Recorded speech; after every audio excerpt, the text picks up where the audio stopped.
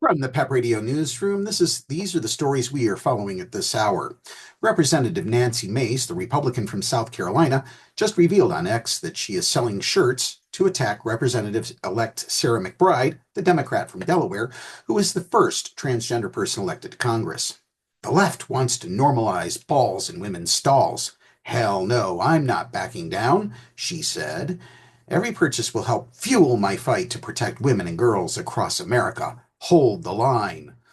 Her website falsely claims that the left wants to normalize the idea of a naked man walking into our private spaces and alleges, with no evidence, that people are saying, I should be killed for speaking out against it.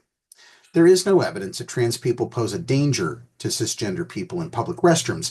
A 2018 study found no link between trans people using the restroom and sexual assault, while a 2019 study showed that transgender people are actually at risk of being sexually assaulted by cisgender people. The shirt shows a woman's bathroom sign with the phrase, come and take it, on the front. The back of it says, Mace for Congress, referencing her re-election campaign. Okay, Nancy, we get it. You're a media whore. Next story, please. In other idiocy, Donald Trump is reportedly planning to reinstate his trans military ban through executive order on his first day in office.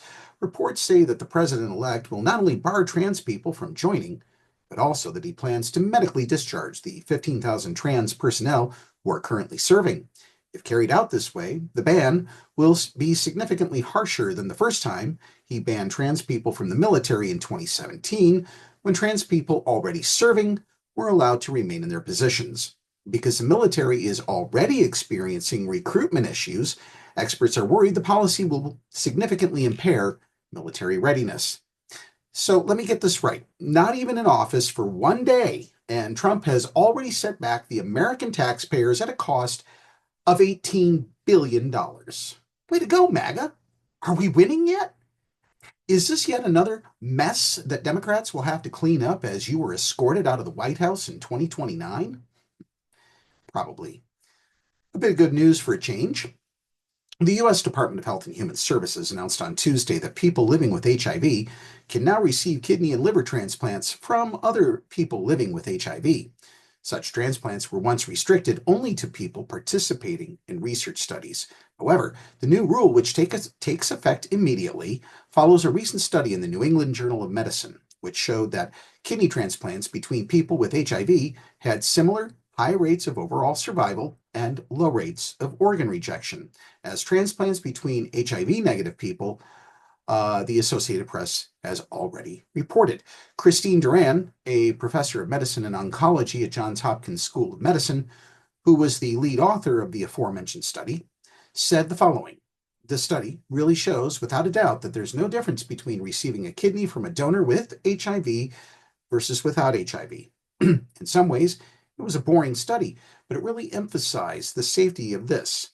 There were no significant differences.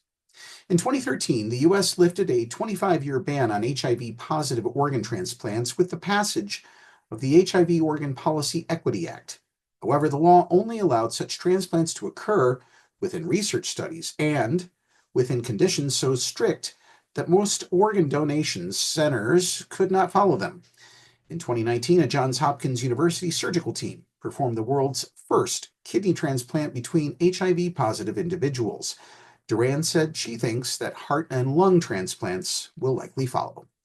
For more information on the stories we have shared, click on the links on the PEP radio page found at paequality.com. Be sure to download the Live 365 app to take PEP Radio with you wherever you go. That's the news at this hour, and now back to more music on PEP Radio.